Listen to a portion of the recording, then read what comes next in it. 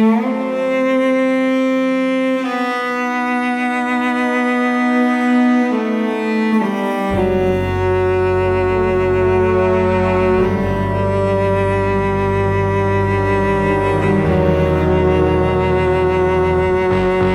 Tambun Tubuh, asal-usul Danau Sentarung. Di jantung Pulau Kalimantan, jauh di hulu Sungai Kapuas, terdapat sebuah perkampungan yang sangat makmur bernama Nanga Sentarung. Kampung ini dipimpin oleh seorang kepala suku yang bijaksana, namun ia memiliki seorang putra tunggal bernama Pangeran Tambun. Pangeran Tambun adalah sosok yang dimanja. Ia memiliki tubuh yang sangat besar, bukan karena sakit, melainkan karena keserakahannya pada makanan. Setiap hari, ia hanya memikirkan pesta, dan hal itu membuatnya memiliki kapal pribadi yang sangat terkenal, sebuah perahu kayu ulin raksasa yang dijuluki Perahu Tambun Tubuh. Perahu itu bukan perahu biasa, ia dibangun dengan kayu terbaik, dihiasi ukiran naga, dan memiliki dapur lengkap serta ruang pesta di dalamnya. Ia selalu berlayar di sungai, membawa Pangeran Tambun dan para pengikutnya untuk berfoya-foya tanpa peduli pada orang lain. Ketamakan yang terus membesar. Suatu tahun, musim kemarau panjang melanda Nanga Sentarung. Hasil panen merosot tajam, dan air sungai mulai surut hingga hanya menyisakan lumpur. Rakyat kampung kelaparan. Mereka datang menghadap Pangeran Tambun untuk memohon bantuan dari gudang makanan pribadinya. "Pangeran, mohon kasihanilah kami.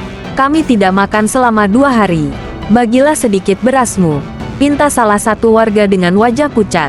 Pangeran Tambun yang sedang menikmati hidangan di atas perahu Tambun Tubuh hanya tertawa keras. "Enak saja, ini hasil kerja kerasku. Kenapa kalian tidak bekerja lebih keras? Beras ini hanya cukup untuk pesta malamku. Pergi kalian. Jangan kotori perahuku," usirnya sambil melemparkan sisa tulang ayam ke sungai yang kering. Bahkan, ia memerintahkan para pengawalnya untuk menumpuk semua hasil bumi yang tersisa di kampung ke dalam perahunya, membuat perahu Tambun Tubuh semakin berat dan penuh hingga hampir tenggelam di lumpur sungai yang tipis. Datangnya kakek tua. Di tengah kesengsaraan rakyat, tiba-tiba muncul seorang kakek tua yang berpakaian sangat lusuh dan berjalannya terlatih-tatih. Ia mendekati perahu Tambun Tubuh. "Nak, aku sangat lapar dan haus. Bisakah aku meminta sedikit air minum dari bekalmu?" tanya kakek itu dengan suara serak. Pangeran Tambun merasa terganggu. Ia mencibir, "Dasar pengemis tua, di sini tidak ada air untukmu. Hanya ada air tuak untuk pestaku. Pergi, sebelum aku usir kau." Kakek tua itu menghela napas panjang. Ia menatap wajah Pangeran Tambun dengan tatapan penuh keprihatinan. "Baiklah, Pangeran, engkau boleh menolak memberiku air. Tetapi ingatlah, tubuh yang tambun tidak seharusnya menampung hati yang kerdil, dan perahu yang besar tidak seharusnya membawa keserakahan yang tak terukur." Kutukan perahu Tambun Tubuh. Pangeran Tambun marah besar dan mendorong kakek tua itu hingga jatuh ke lumpur. Tiba-tiba, kakek tua itu berdiri tegak. Tubuhnya memancarkan cahaya terang. Ia mencabut tongkat dari lumpur dan menancapkannya kembali. "Karena engkau menimbun kekayaan di atas penderitaan rakyatmu, dan menolak air bagi yang kehausan, maka biarlah keserakahanmu menjadi peringatan." Seketika, tongkat itu mengeluarkan semburan air yang luar biasa deras dan besar. Air itu bukan air biasa. Ia adalah air dari segala penjuru, meluap dengan murka. Dalam sekejap mata, sungai yang kering itu terisi penuh. Air terus naik, menenggelamkan kampung Nanga Sentarung.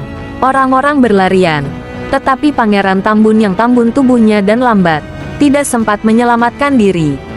Perahu Tambun Tubuh yang penuh dengan hasil bumi dan makanan mewah itu terangkat oleh air. Tetapi karena bebannya yang amat sangat, perahu itu segera oleng, terbalik, dan tenggelam ke dasar luapan air. Pangeran Tambun dan perahunya terkubur di tempat itu. Danau Sentarung. Air terus meluap hingga menciptakan sebuah danau raksasa yang luas, yang kemudian dikenal sebagai Danau Sentarung. Danau ini menjadi unik karena bentuknya yang menyerupai labirin perairan yang penuh dengan pulau-pulau tergenang. Hingga hari ini, masyarakat setempat percaya bahwa Danau Sentarung adalah kuburan abadi bagi perahu Tambun Tubuh. Danau itu akan selalu pasang besar dan penuh air di musim hujan, melambangkan luapan air mata dan kutukan atas keserakahan Pangeran Tambun, dan akan surut di musim kemarau. menyisakan jejak-jejak lumpur, sebagai pengingat akan masa kelaparan yang pernah melanda. Pesan moral, jangan pernah menimbun kekayaan di atas penderitaan orang lain, dan selalu bersedia berbagi dengan sesama yang membutuhkan.